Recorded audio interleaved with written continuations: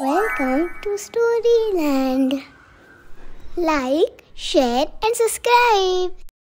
चल रे भोपळ्या टुणूक टुणूक. मुलांनो, भोपळ्याची आणि म्हातारीची गोष्ट तर तुम्ही बघितलीत ना? मागच्या वेळी म्हातारी आपल्या मुलीकडे गेली आणि तिथून येताना एका भोपळ्यात बसून आली आणि सगळ्या प्राण्यांना तिने सवलं. आता ही म्हातारी घरी परत आल्यावरती काय गंमत झाली बघूया हा का? चला बघूया ही गोष्ट. म्हातारी भोपळ्यात बसून आपल्या घरी आली आणि म्हातारी म्हणाली, अरे वा वा वा, या भोपळ्यामुळे मी तर वाचले. चला आता या भोपळ्याचं मस्त भरीत करून खाऊया. तेवढ्यात भोपळा हलला आणि भोपळ्यातून आवाज आला, ए म्हातारे, मला खाऊ नकोस. म्हातारी घाबरली आणि इकडे तिकडे बघायला लागली.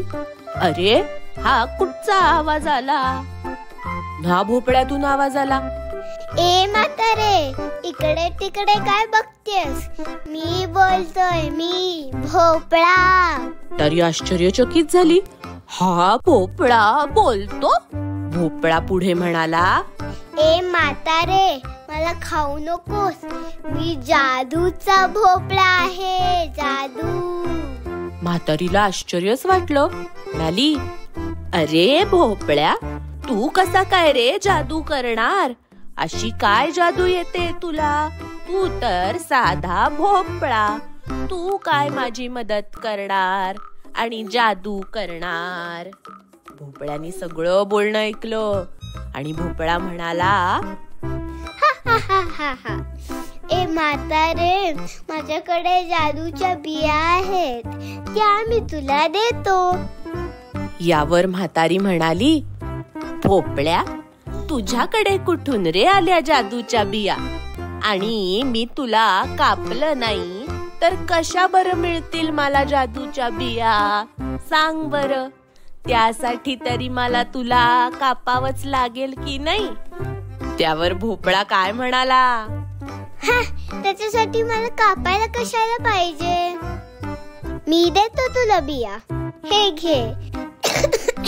म्हातारीने पटकन बिया जमवल्या आणि विचार करू लागली, ह्या कशा बरं मॅजिक करणार आहेत, कशा जादू करणार आहेत? भोपळा म्हणाला, आता या बिया जमिनीत पेर आणि उद्या बघ त्याच्यात कसा वेल येतोय ते.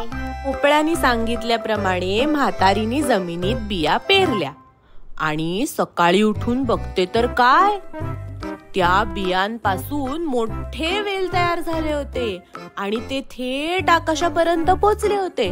तरी सर सर सर सर त्या वेलांवरती चढली आणि थेट आकाशातच पोचली. आकाशामध्ये होता एक मोठा राजवाडा. त्या राजवाड्याच्या बागेमध्ये खूप झाडं होती, पण त्या झाडांना लागलेली फळं काही साधी सुधी नव्हती बरं का. ती होती सोन्याची फळं. म्हातारीने पटकन 5-6 फळं आपल्या पदराला बांधली आणि ती तिथून पळायला लागली आपल्या वेलाकडे. पण तेवढ्यात तिकडनं आला एक मोठा राक्षस. तो मोठ्याने हसला. ए म्हातारे, कुठे निघालेस? आता मी तुला खाणार. म्हातारी घाबरली. आता काय बरं करू, आता काय बरं करू? पटपट पटपट पळत पळत पळत ती वेलापाशी पोचली आणि तिने वेलावरून खाली उतरायला सुरुवात केली. तिच्या मागे राक्षस सुद्धा वेल उतरायला लागला. ते बघताच तिने आपली युक्ती केली. ती पटापट वेल उतरून जमिनीवर पोचली आणि तिने वेल कापून टाकला. त्यामुळे राक्षस धापकन खाली पडला. ओय ओय ओय, मेलो मेलो मेलो असं करत राक्षस जमिनीवर आपटला. म्हातारीला सोन्याची फळं मिळाल्यामुळे म्हातारी आनंदाने नाचायला लागली आणि भोपळ्याला प्रेमाने गात गात परत म्हणाली, म्हातारी आली सोनं घेऊन, थँक्यू भोपळ्या टुणूक टुणूक, थँक्यू भोपळ्या टुणूक टुणूक.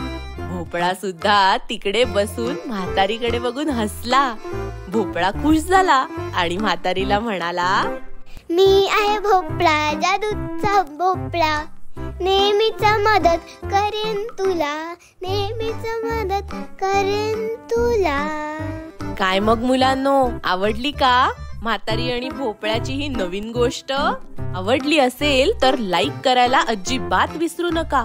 आणि आता पुढे काय होणार ते बघण्यासाठी वाट बघा. चल रे भोपळ्या टुणूक टुणूकचा तिसरा पार्ट येण्यासाठी. कारण आता हा मॅजिकल भोपळा अजून काय काय मज्जा करणार आहे तुम्हाला माहितीच नाहीये. ते बघण्यासाठी चॅनलला नक्की सबस्क्राईब करा आणि असेच नवीन व्हिडिओज दर आठवड्याला पाहण्यासाठी तयार रहा. भेटूया पुढच्या आठवड्यात. बाय.